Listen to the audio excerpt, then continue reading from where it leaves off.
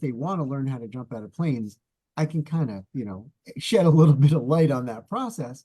But the process of applying what we learn in that metaphoric environment is what it's about, right? I mean, throwing people out of airplanes doesn't have a tremendous value to society from a certain perspective, but the confidence built does. It's huge.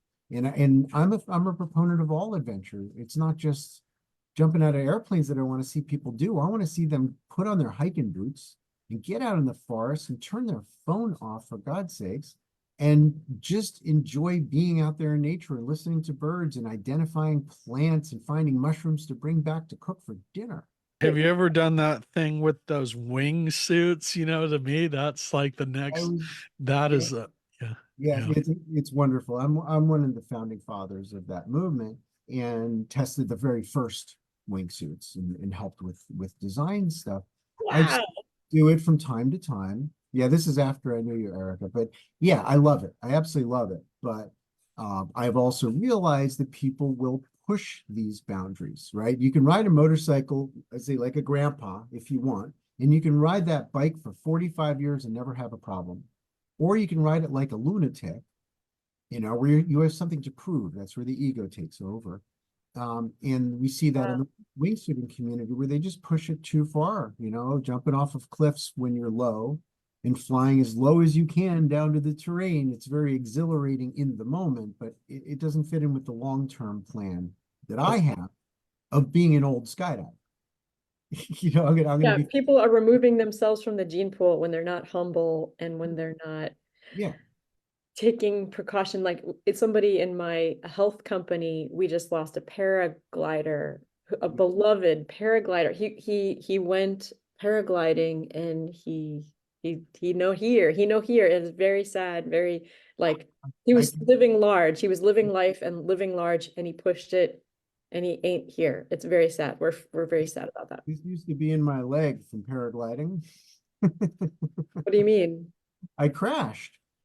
Yeah, and we learn how to be competent pilots by being incompetent pilots sometimes. And in my case, it was a judgment call. I flew when I shouldn't have flown, and I guarantee that that's what happened there too, where we Whoa. get this urgency where we must fly, especially if you sit in a chair all week. You know what I mean? You're working in a computer. Oh, I need to go fly, and then you go into some sort of an adventure environment with a willfulness instead of a willingness. I think that's a Barb Jordan quote. And you kind of move into, this space of seeing what you want to see instead of what's there. And that definitely will get you in a lot of trouble. It did, Wow. but that was a long time ago, way back in 1993. And it led me to redesign the modern parachute. It led me to patent an airlock design so that the wings basically can't instantaneously depressurize. And I've built, well, now Wow. 1,400 airlock canopies all over the world. So I tried to turn lemons into lemonade in a lot of ways. So, okay, my gosh, we really need to know what is this advanced training that you're teaching all over the world? What is Yeah, that? well, we call it a canopy course. So we refer to a parachute as a canopy.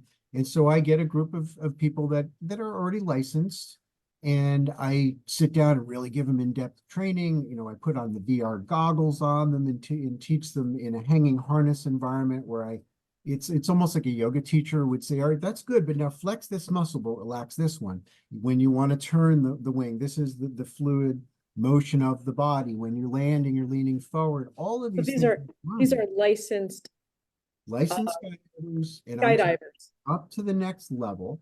Okay. And then I send them up, in the airplane, and I film their landings. And when they're looking better, I put a radio on them, and I jump with them, and I can talk. So they can talk to me as well. And so we have a little conversation as we're flying around. I say, all right, well, let's tighten up the formation. That's good. Hold that heading. We're going to do a 90-degree turn to the left. And they read back 90 left and go. And we turn the parachutes together and change the formation, maybe just switch to the other side or something. It is so much fun. Oh my gosh. So Absolute free. this is hundreds of thousands of people all over the world that are advanced level skydivers that want to take it to the next level, their practice, and they go on and teach others.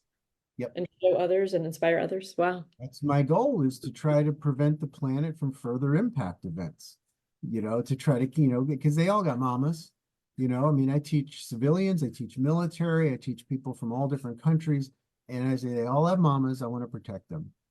And I try to get into the science of this stuff. And the science I found was definitely a leg up for my students getting into the science of flight in greater detail. But I realized that I was butting my head up against this progress limit, which was their fear. And that becomes a problem in many different ways, because of course, when somebody gets escalated, the RPM is too fast and they're really in nervous mode. And you can see them in the airplane, their eyes are shifty and they're all worried, and and they don't laugh at my jokes. That's how I know.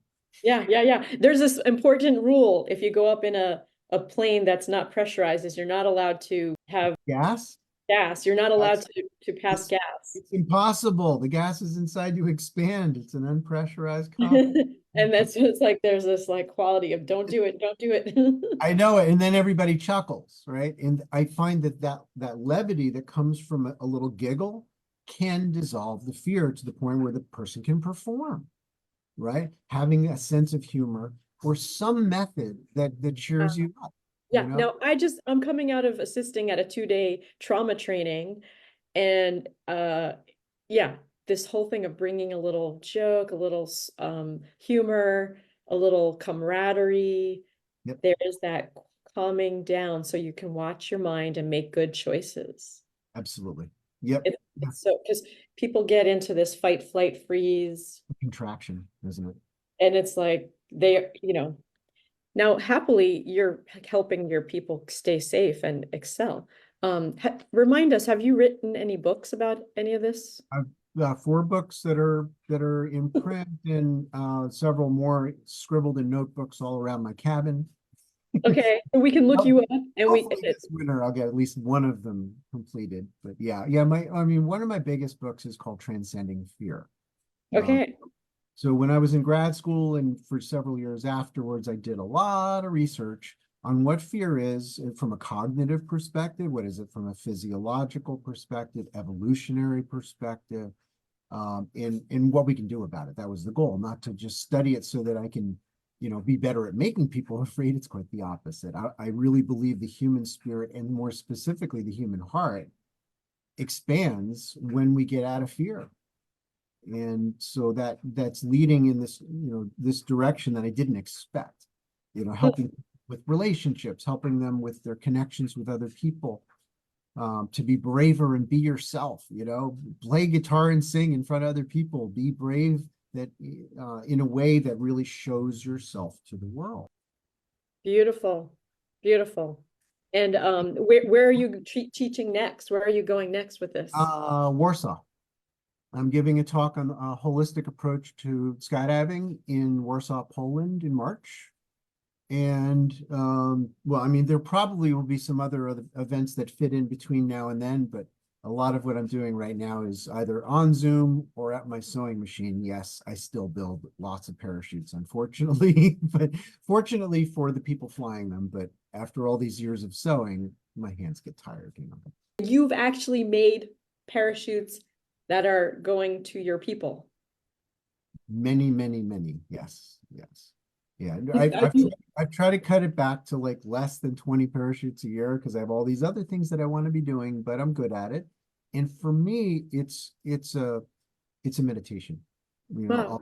I'm so focused on what I'm doing. I can't make a mistake. It really is very precise. And I warn people that I'm living with or staying with, guys, when I'm building a parachute, please just consider me like a surgeon performing heart surgery.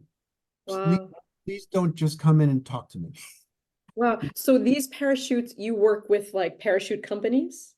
No, I am the parachute company. You are the parachute company. Wow, Brian. I do the pad design and I've been doing that for many years, pushing about 30 years. I've been designing and building parachutes. And then when they're out in the world, are those parachutes doing well? How are they? As a matter of fact, turns out that I build them so well that they'll last 20 or 30 years, thousands of jumps. And so I, I get them back for inspection, and I put new suspension lines on the canopies, and I get a chance to see, one of my children again. Wow, that's amazing. So like, what do they run? What does a parachute run in the world of About, cost? it's about $3,000 or so it's a signature series model, it's a distinctive wing that you can only get through me, which, kind of keeps me in business. I don't advertise. I don't need to advertise. They just come You to get me. just word of mouth. Wow. Yep, yeah. But it's, it's as I travel along my life path, I can see that is sort of receding into the distance a little bit as I'm continually going back into the question of how can I be of greater value to my society? How can I use this, to help people to, really look at fear in their lives and how it's closing their minds in so many ways, how people get addicted to fear, right? And watching fear-provoking TVs and TV shows and movies and all that stuff, and we're creating a pattern of addiction to the dopamine, to all that experience of the house lights coming up, but it's in a negative way. And then they get addicted to newscasters and programs that are really intense and really scary. They get addicted to angry politicians, They never smile, and they just complaining about everything and never offering a vision of where the new earth is coming from. Are you running for president anytime soon? It's been asked. Have you been in any documentaries? This would be great to, I do video production, to tell your story about fear, and this is could see it on like 60 Minutes or something. Yeah. I look forward to more of that stuff. I mean, I do every interview that is offered. I will talk about any topic as it relates to the human mind's expansion from fear into love, and not just, people use the word love and they just go straight into the gutter ball of one-on-one relationships. And that's just a tiny little drop in the bucket, isn't it? Love of friends that you have, love of your neighbor, and in the cooperation that leads to, right? That's actual civilization. Being able to share vegetables from your gardens, oh, your tomatoes did better than mine, but my potatoes kicked butt this year. That's the kind of love that I'd like to see expand in this world, where we don't need to ship stuff from the other side of the world because we're growing it right here in my neighborhood. Well, adventure, right? The spirit of adventure. To me, that's what the human mind naturally gravitates towards if we're not burdened by adulting. If we're not burdened by these roles that we play that put us in a tiny little box. But if you look into the mind of a child, that's who we are. It's a yes. Everything is like, oh, that sounds like fun. And so my motto now is, it's either hell yes or no with my life. I really want to be all in with everything that I do. Even when I'm building a parachute, I sit down and I decide to enjoy it instead of Yeah. Even working on your taxes, decide to get in there. Yep. Even though it's like, It's the but path ahead. It's not forever, but right now you might as well make this fun. I say that yeah. to my kids all the time when they're doing homework. Let's just make it fun. Let's get some crayons. you know, let's be creative. And it's one of the things we need to look into with the school systems that are afraid to change, is how do we infuse more creativity where the human mind has room to expand into its distinctive, unique creative powers, right? They're all different kids. They all have different skills and different fascinations, and we need to be nurturing that in every way, because who's going to be here in 50 years? It's not going to be us. It's going to be them, right? And we have to teach the life skills, the life balance skills about how to eat well and so that you feel good, how to exercise and do things that are inspiring to you. I'm just so excited. I feel jazzed up talking to you. I feel happy for the work you're doing and how you're serving. And if somebody's tuning in and they are like curious about contacting you, where should they go? Instagram or what's the Well, best? I'm a little bit on Instagram. I'm a lot on Facebook. Okay. And so, yeah, it's growing like wildfire, but I have a lot of work to do in terms of figuring out how to get the word out about what I'm trying to say, to get people thrilled about being alive, to take a real look at that final moment that is ahead of you. I've been Yeah. there. I've been, in that deathbed moment where you're either going to have a lot of regrets or a celebratory attitude, or you go, wow, that was awesome. And a lot of folks, I think, will, reach that point where they look back and go, I don't know how many hours I wasted scrolling through Facebook. I don't know how many hours I spent watching TV and movies that didn't fill me with joy and passion. They'll remember the times that they actually took a hike. They're going to remember the time they got into a canoe, or they decided to plant a garden, or do things with their family and loved ones and expand their friends group and strum guitars together and that kind of stuff. That's life. Everything else is just breathing. So I've been there, I've been to the edge of death and back. And for a long enough period of time where I actually was, in a hospital bed thinking, I guess this is it. And then I was given my life back. And I hope that everybody can at least imagine that long enough to light a fire under your butt. Yes. Oh my gosh.